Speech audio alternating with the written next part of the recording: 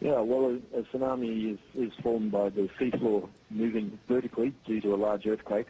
You need a very energetic earthquake to really make a significant change in the sea level, and we've certainly seen that today with magnitude 8.8 is a very intense earthquake, and that has pushed the sea level up above the rupture in the sea floor, and that wave then propagates outward from that rupture across the ocean in all directions.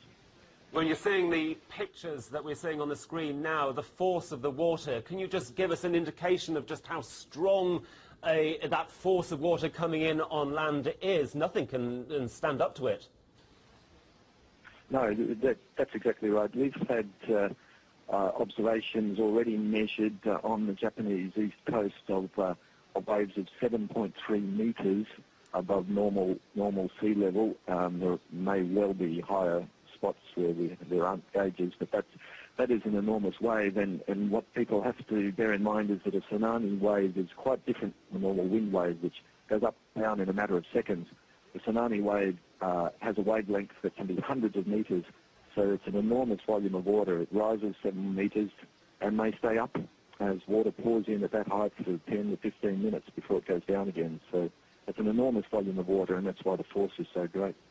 We've seen a number of devastating earthquakes over the past few weeks. Only a couple of weeks ago, the terrible earthquake in Christchurch, now this in Tokyo. Why are we seeing so much seismic activity now?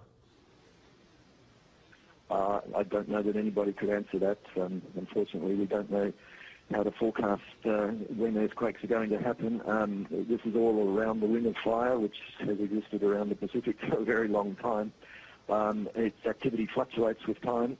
I'm not a seismologist, but I don't think anybody is really capable of predicting when these peaks in activity are going to happen. We just have to react as quickly as we can when it does happen. Well, Chris, you are from the Australian Tsunami Warning Centre. I'm just wondering just how much warning it is possible to give. What sort of timings do you have to tell people, you know what, a tsunami is on its way? Is it seconds? Is it minutes? What? Yeah, no, it's certainly not seconds.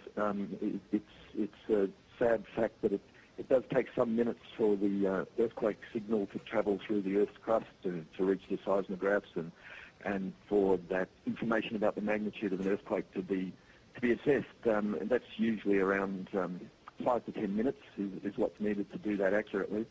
Then, of course, warning has to be formulated and distributed. So it's very, very difficult to give useful warnings to anybody who's less than 30 minutes tsunami travel time away from the earthquake.